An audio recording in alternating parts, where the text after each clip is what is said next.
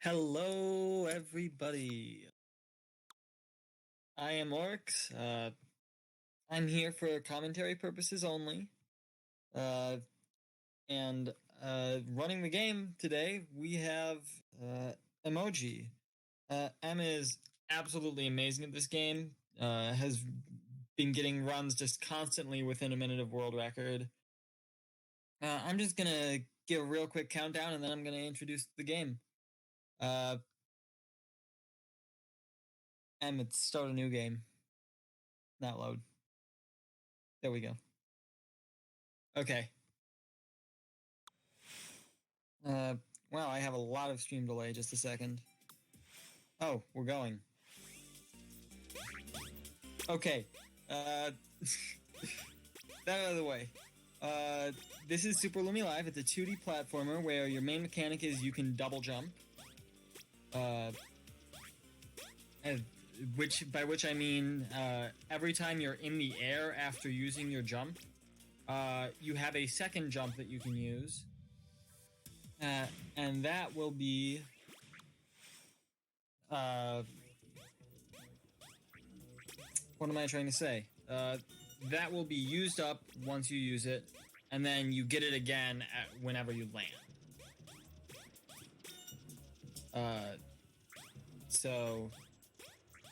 Basically, this category, all levels main ending, means you beat all of the levels before the main ending. There are 51 of them that you have to beat, which is reach the end of. Now, some of those are more difficult to access than others. Most of them you just beat a level or unlock a token, but some of them, like this one right here, are called portal exits. For these, you enter the first portal, collect all 5 of the green quote-unquote coins, and then you have to enter the exit portal, and that will take you to another level. These are the letter levels. And letter levels have these flip tokens. The flip tokens will flip the gravity, basically change the direction you fall, and flip the entire level. Now, even though we are beating the portal exits in these levels, we do have to beat the normal exit as well. Otherwise, the level doesn't count as beat. So every time we go through a portal exit, we're going to have to also go back to the level and go through the normal exit. Each of these levels is really unique in its own way. So each one has a new quirk or mechanic or type of platform that it introduces you to. And each one has its own kind of theme as well. And each world has kind of an overarching theme in regards to that. For example, World 1 is a lot of green, just because it's called Grassy Plains.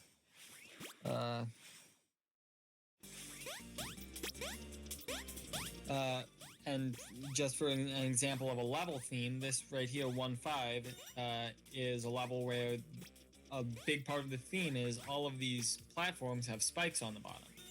So if you run into them from the bottom, you're going to die.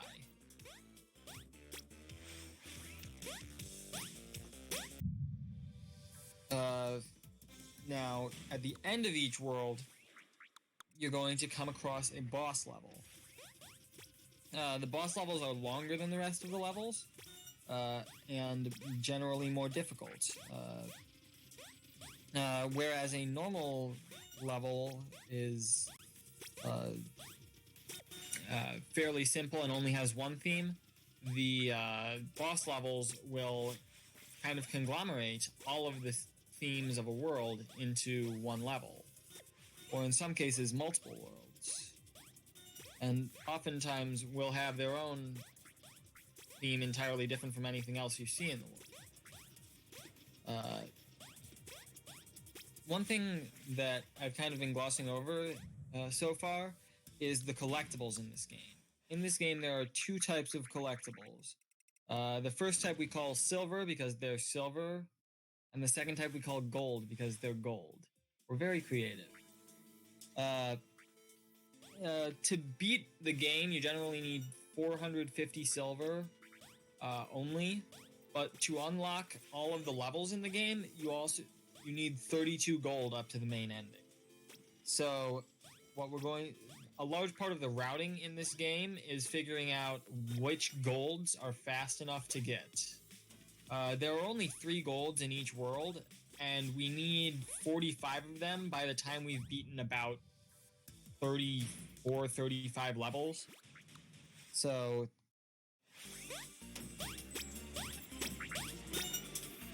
it's pretty important to figure out which ones of those we need to route in.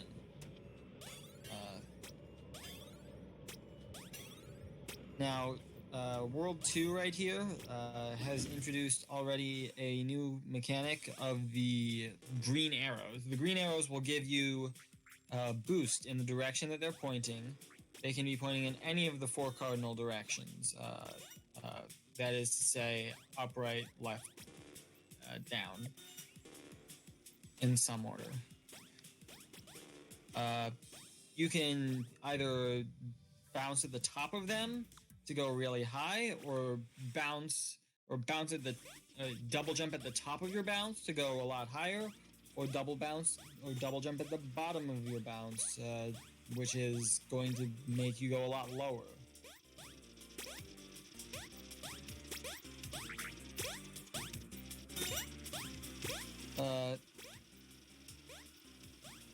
This level here, 2-7, is already over. Wow.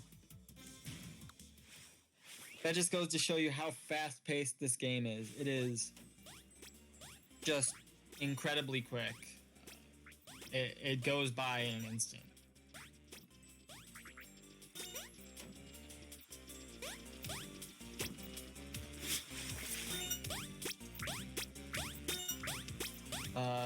This really emphasizes in the second section, 2-3, the downward-facing arrows. Those will, in this section, just knock you into the pit and just completely destroy you.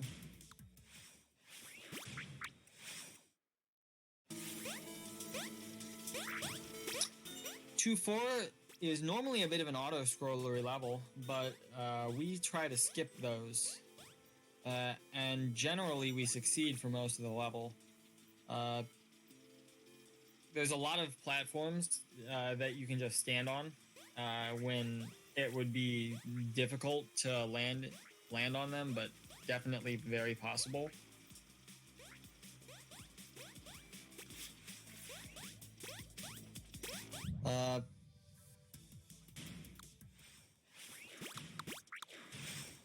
Generally, as a rule, in terms of auto-scrollers in this game, there is almost always a way to either skip any auto-scroller that we find, or to make the auto-scroller scroll faster or otherwise go faster.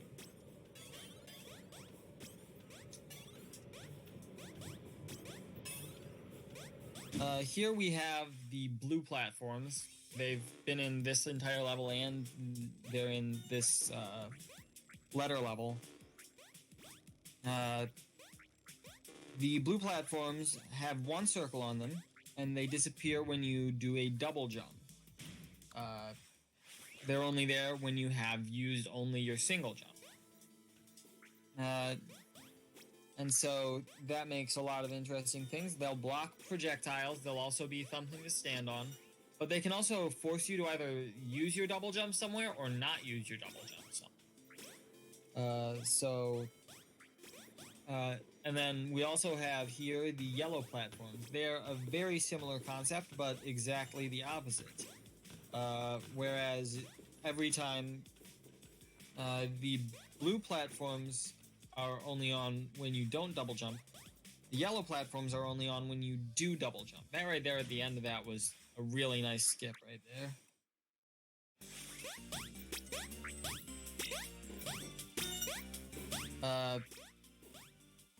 When you land on a yellow platform, it'll stay solid, but if you land anywhere else, or if you don't use your double jump, then it will not be solid, and that can force you to either use your double jump or not use your double jump.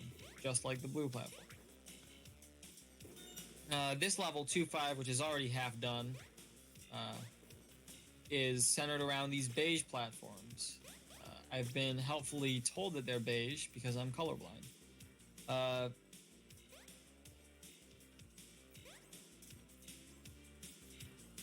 In any case, when you stand on them for more than like a couple frames, they start to disappear. If you jump off them quickly enough, they won't, but generally they can force you to move quickly off of a platform, because if you don't, it'll disappear from under you.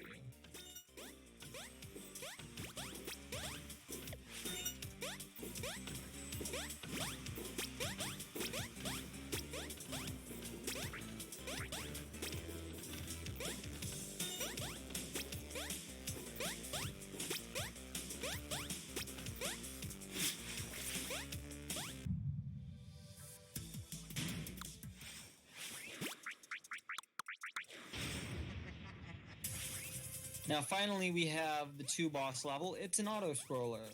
But like most auto-scrollers in this game, you can speed this one up. If you stand near the edge of the screen that is closest to the front of the scroll, that is to say in this rightward scrolling part on the right of the screen, then you actually speed up the scrolling, which is really helpful. Also, in the middle of this first section, you can just skip the auto-scrolling by going through a secret passage, which is nice.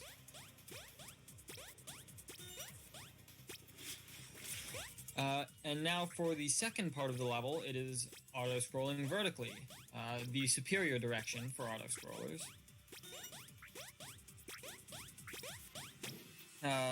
If you fall down off the screen, you die.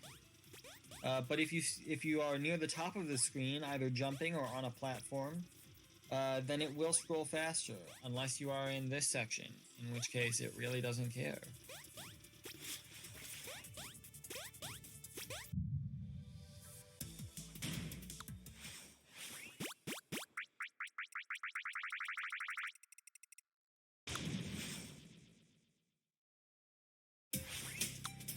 And that's World 2. Now, World 3 starts out with another auto-scroller. Because, of course, this game loves its auto-scrollers. It really only has, like, 4. And, again, we skip all of them. So, just like last level, we're starting out going to the right. This time we're on a platform. And we try to get off that platform as soon as possible. That way we can just... If the longer we're on that, the longer the green cannons are shooting at us. Green cannons are everyone's favorite type of cannons, because as everyone knows, the green cannons home into your movements, and they'll always shoot at you.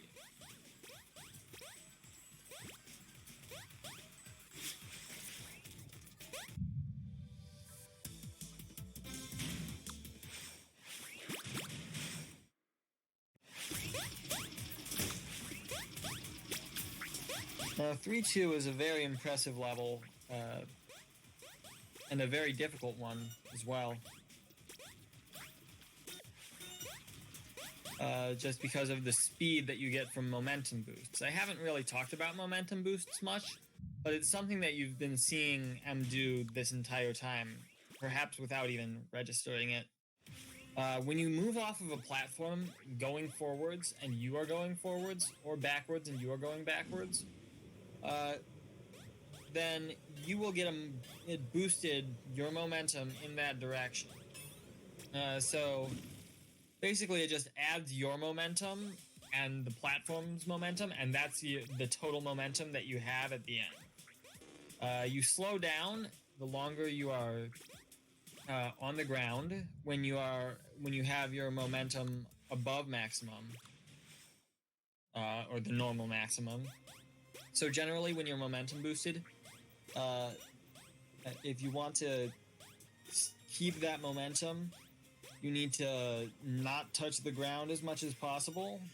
Just stay off of the ground, rather. In any case, back to the game and what's happening. This level introduces the Toxies. The Toxies are very happy to see you, and they want to come and give you a hug, and that's deadly. And so we don't want that.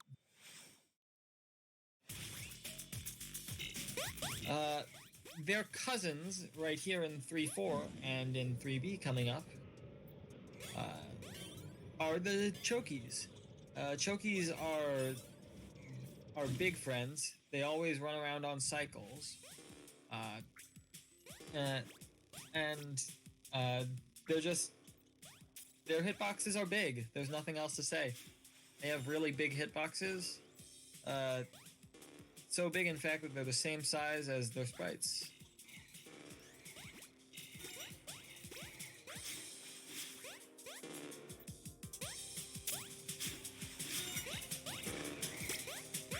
A lot bigger, though.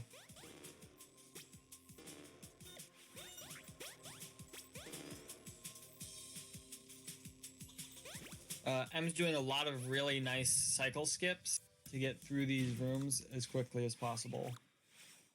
And another big thing about skipping cycles in this game is checkpoint resets. It's another thing that Em's been doing this entire time and I've kind of glossed over. Whenever Em reaches a checkpoint and immediately dies to reset, that's to reset the cycle of everything in the room. When you die or reset and respawn at a checkpoint, everything in the room returns to a fixed state based on what checkpoint it is.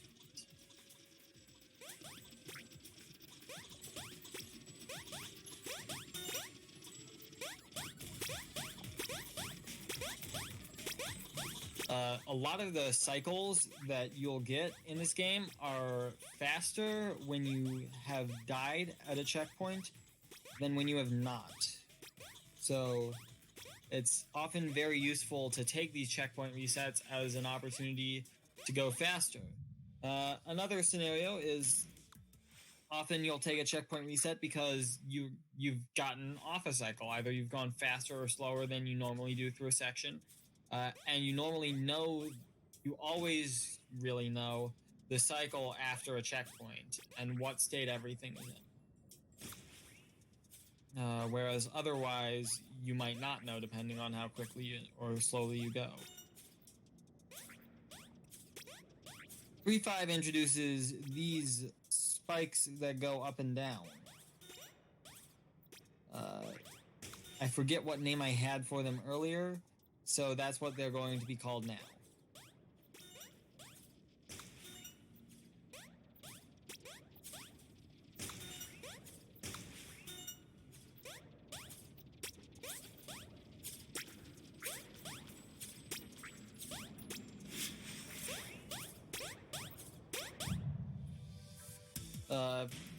As soon as they go up, they kill you. There's no delay, so it is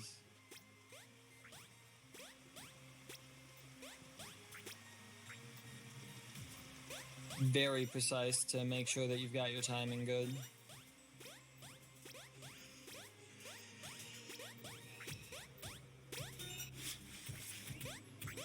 Uh, 3-6 is a level that we do kind of the whole thing twice. That's because of the placement of the portal. The portal is in the second half of the level, and it's not a very long level. And then you have to climb all the way up to the top to that door that's right next to the end to get to the secret level. Now, thankfully, this level is very fast. It's only 15 seconds, in fact. And it is the level in which you can most easily and quickly get all of the 20 silver and 3 gold that are in every level. Every normal level, rather.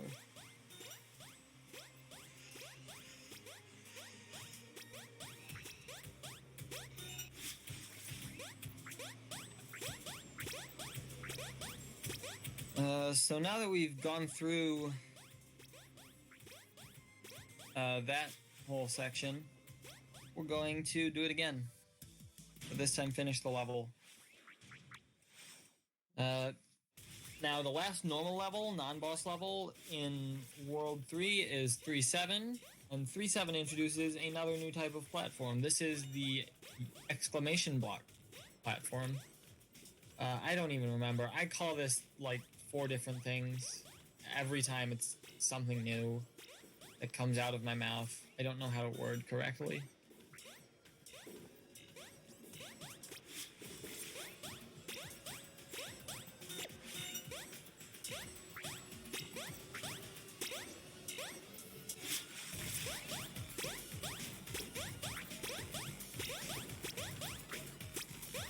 Walk off of them, they disappear.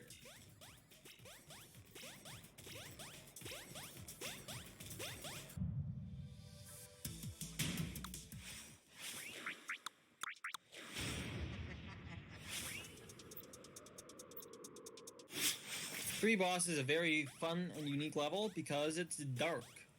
You can only see a small patch around you at any given time. There's a lot of checkpoint resets in this level just because of how cycle dependent it is when these discs spawn and shoot.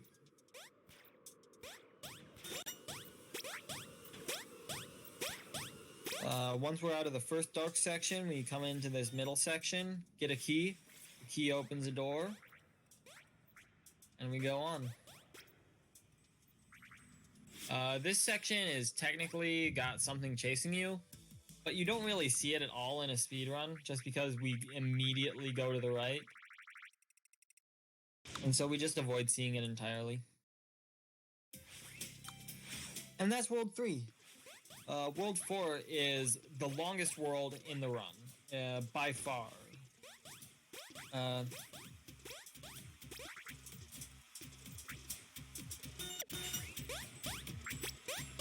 It has the most levels and the most secret worlds as well. Or letter levels, I'm calling it. I have different names for everything. Like 5 different names. In any case, this level introduces lasers. They're lasers. They kill you. They can move as well. Pretty interesting.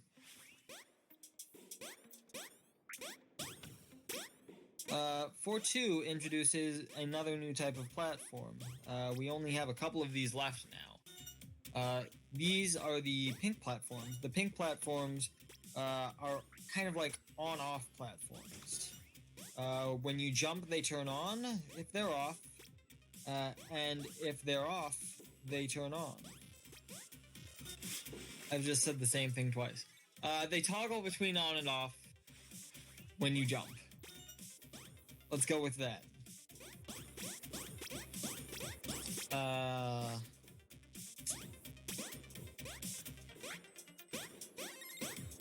A lot of the sections you have to be very well aware of what your platform cycle is, because if you lose track, you can get blocked, you can get squished, etc.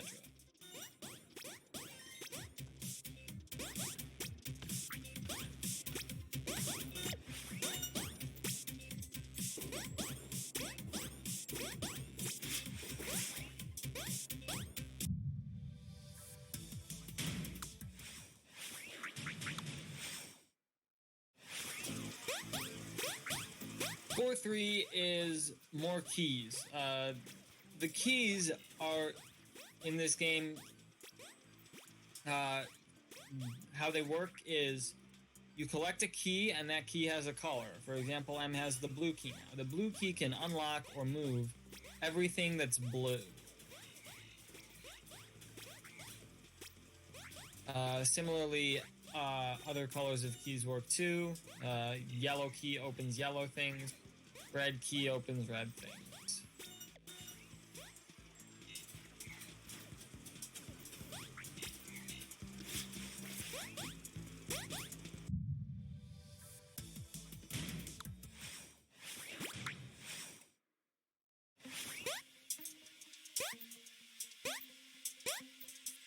Four has the best hidden secret in the game.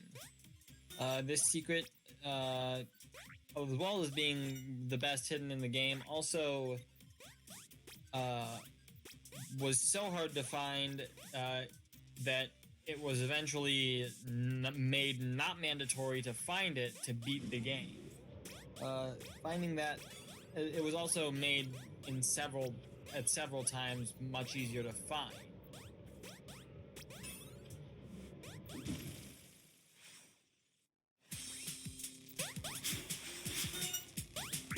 And now we have 4S, really the shortest or one of the shortest level, or one of the shortest levels in the run.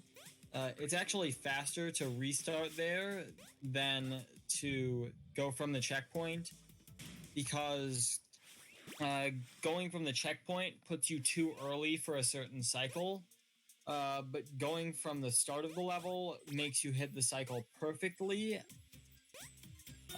and it's pretty much impossible otherwise to hit. Makes it much faster to reset the entire level than to just restart from the checkpoint.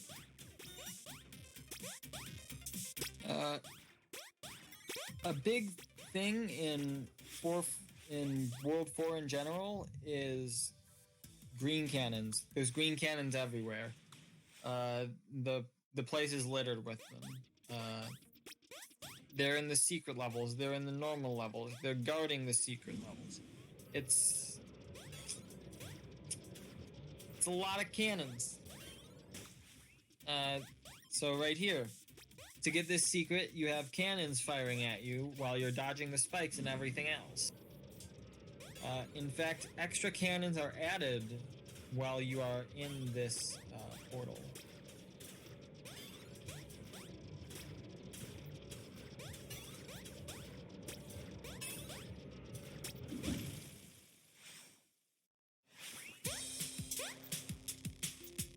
Our reward for completing that is more green cannons, but this time they're fast green cannons.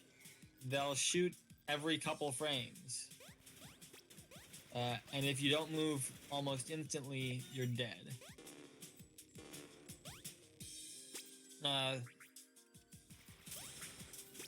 Right here, this room is very quick if you know how to do it quickly, and it's very slow if you don't.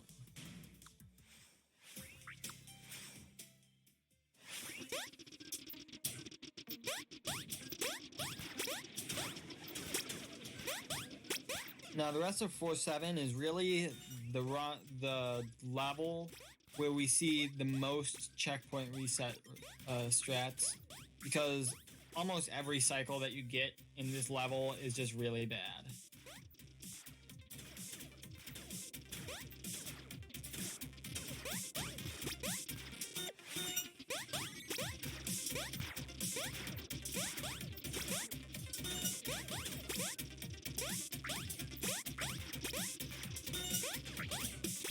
Either being really slow or really tough to deal with.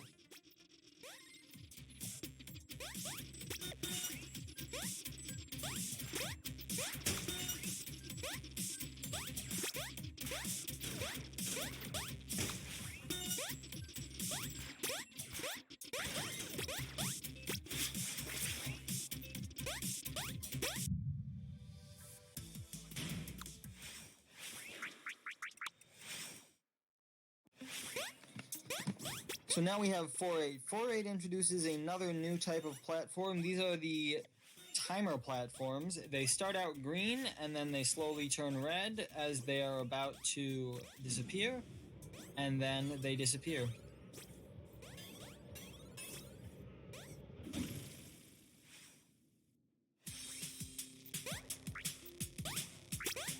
Uh, 4D is it's a really big level actually, but you just kind of skip to the end like that, and it's pretty short.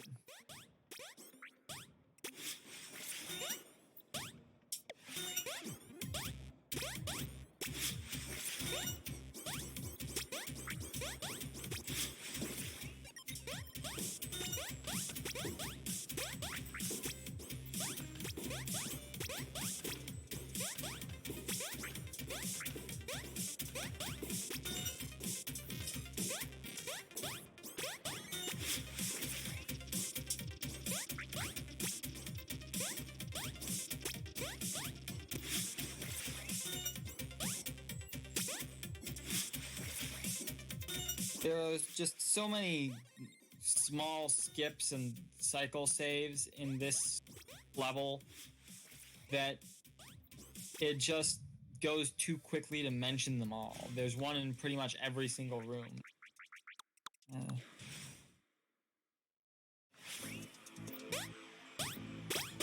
Now, 4.5 introduces a new type of thing, a field.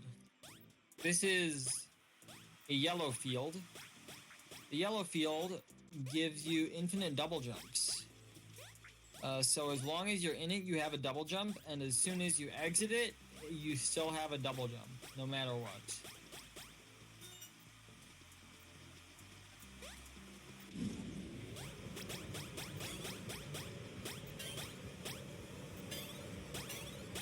It's also home to one of the most difficult secrets to get in the game, just because of the placement of those discs around the kind of circling things. Very difficult to make it there.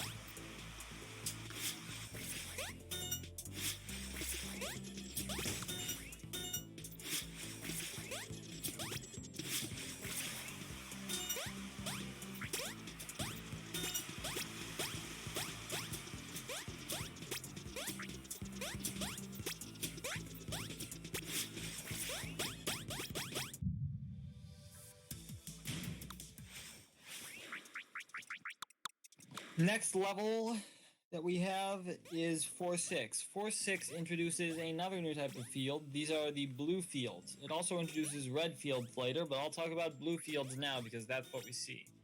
The blue fields reduce gravity.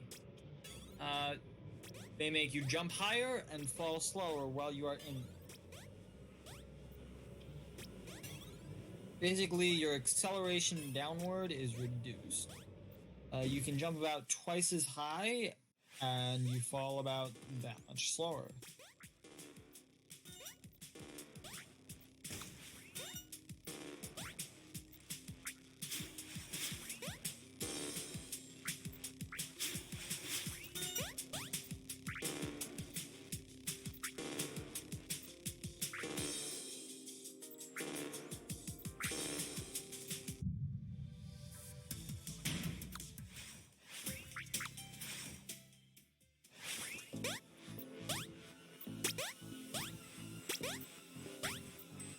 Now, right at the end of 4C there, or 4B, you saw a red field. The red fields are very similar to the blue fields, except exactly the opposite.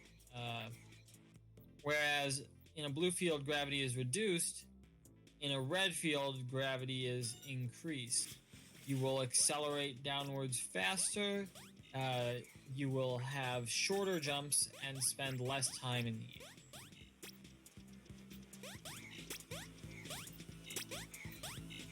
It makes this last section very difficult because almost every jump that you do is inside one of these.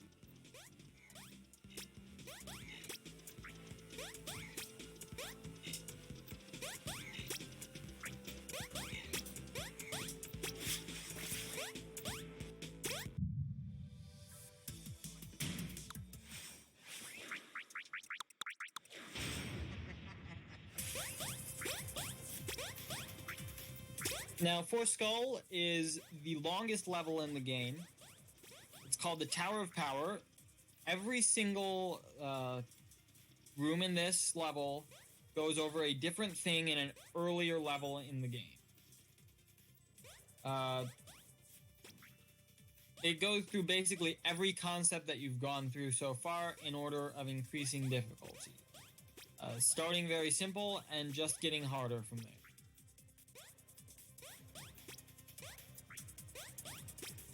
there. It starts out, for the most part, with just platforming and dodging, but it gets pretty complicated pretty quickly.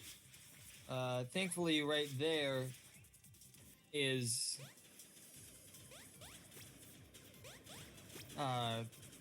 that little skip section where you can just skip that.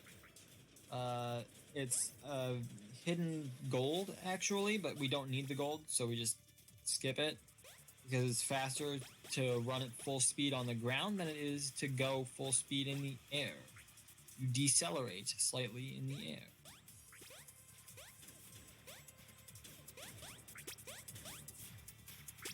Now, this is exactly the same as the first section of the level, except with green cannons, because everything's better with cannons. Also, what we have here is called the pixel. You can stand on that door, actually. It's because there is both the texture of the gray block, which was the door, and the normal wall right on top of each other. You can stand on it because their sizes are very slightly different. We don't know how, we don't know why, we just stand on the pixel.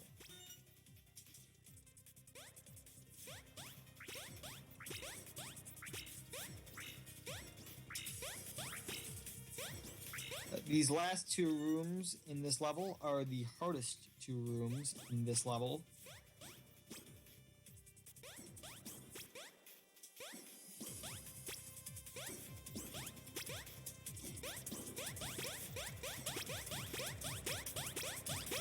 And M just did them first try like an absolute boss.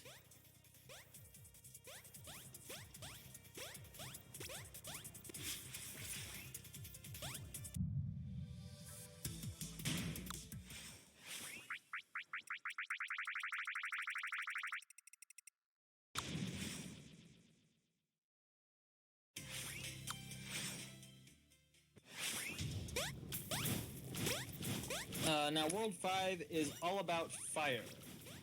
Everything is fire. There's lava bubbles. There's lava pools. It's just a very hot place. Kind of like France this past month.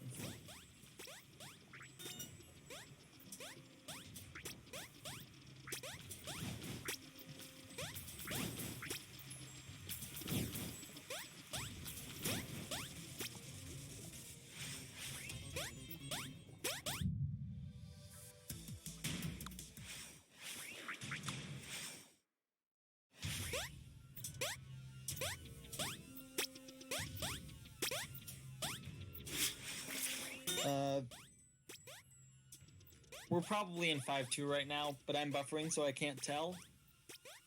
Anyways, when we get to 5.2, it is called Hot Drop and Scroll.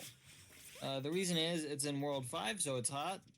The platforms fall when you are on them, so drop. And there's an auto scroller at the end, so scroll.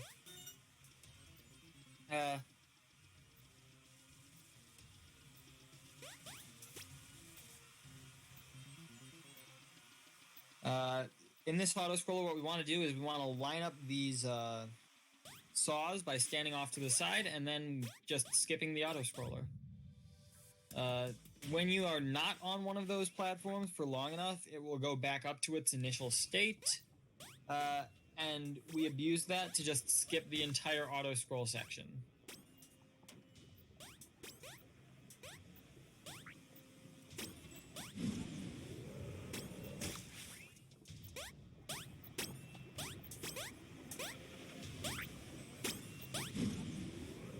Five three's portal exit is the most difficult in the run.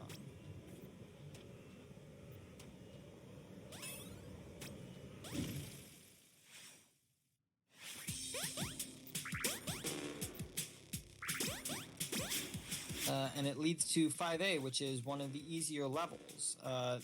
In 5A, we have the blue and yellow blocks returned, just like in 5.3. This is the only level in the game where the blue and yellow blocks have spikes on them. The spikes also disappear and reappear at the same time as the normal blocks do. In 5.6, we have the introduction of invisible blocks. The invisible blocks are invisible, so I'd show you, but...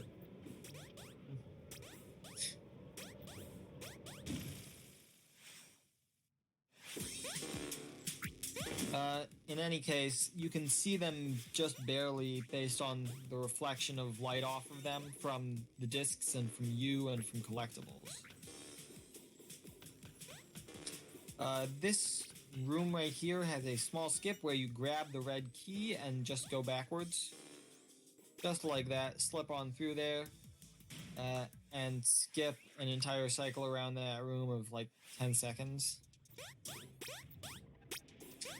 And now we go back through World 5. We're going to see the entirety of 5.6 now, and how it looks, actually. The level is actually modeled mostly off of 1.3, though the platforming is quite a bit harder, and of course the blocks are invisible.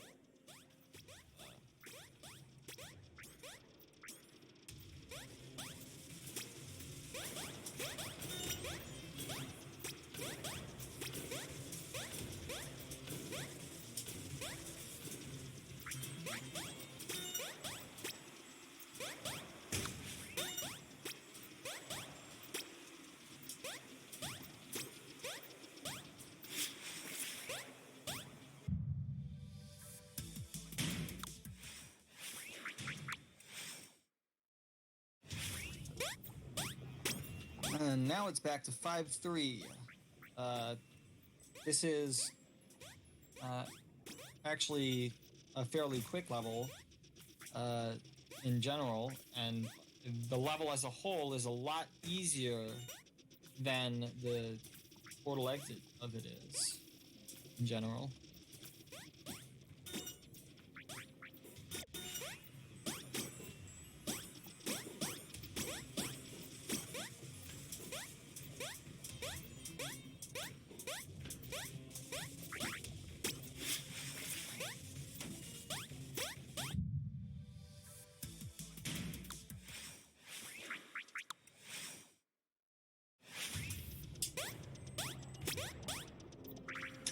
Now, 5.4 is a very fast-paced level. It's in 6 sections. You just go back and forth across the level, and then at the end of each section, you go down. That checkpoint reset is because the cycle there is particularly horrible. You generally lose an average of about 3 seconds waiting for those platforms to line up if you don't do the checkpoint.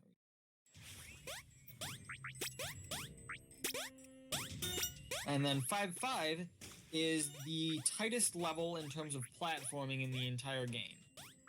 It is the only level in the entire game where anything in terms of collision is not a square.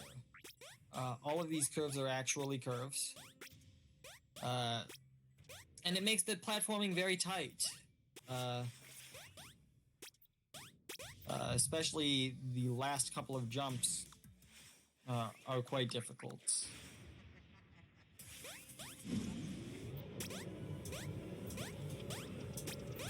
Now we are at 5 Skull. 5 Skull is interesting in that it takes place pretty much entirely in the portals.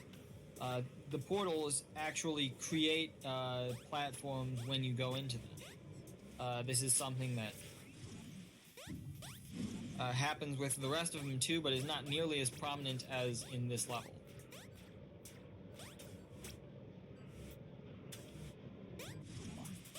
In each of these rooms, there are actually 2 portals, but in many of them, it is very simple to skip the second portal entirely and just go through the room in one cycle. Or with one portal, rather. So M does it in the first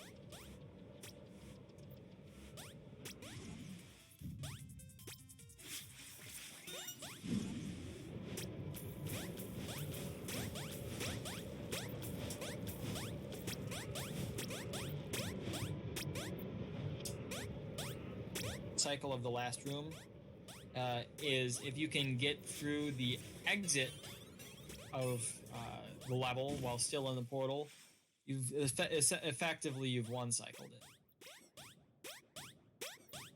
it. And now that M has gotten through that exit, it is time for the final showdown. This is the last level in the main ending.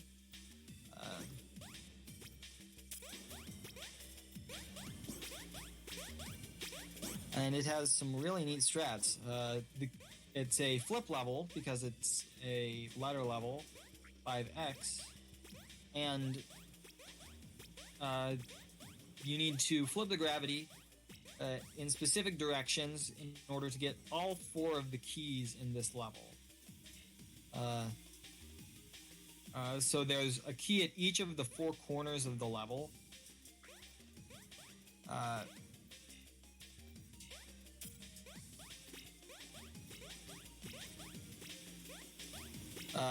And there's a couple of different ways to attack most of them.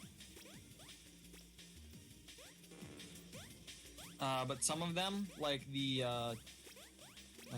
red key, only have one way to go at them, so it's very interesting to try to route out where to go between them. What M's doing here is the safest or is the fastest safe way to go through and get them. And time is coming up as soon as that is hit. It's just happened on my end. And that run, it looks like, was within 15 seconds of world record. I can't tell precisely. The quality on my video is not the greatest, but the world record is a 46 flat and like half a second, I think. Absolutely insane run. M is one of the most consistent runners of probably any game, nonetheless this game.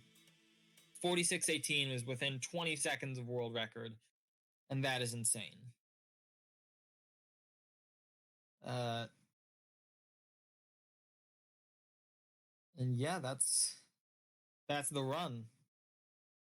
I just want to give some quick shout outs. Huge shout outs to M, who of course is running this or just ran this. She couldn't do commentary today because of the various background noises that are happening. Shout outs to the other runners of this game, Butcherberries, who I have seen in the chat.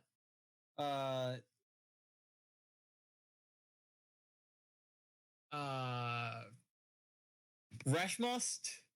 That's not his actual name, but I can't remember it at the time. He goes by Reshmust occasionally. Someone in the chat will know who I'm talking about. Game Guy. Game Guy. That's the one. Thank you, M. Shout outs to Game Guy. Huge shout outs to Pseudo for putting this on. Shout outs to the entire Insomniac team for just being so amazing. Shout outs to the developer of this game, Marius Kologu, for being such a helpful dev in general and just helping us with everything. Being active in our Discord. We have a Discord. I'm gonna try to link it. I think it's still copied to my clipboard. It's not. We're gonna get that.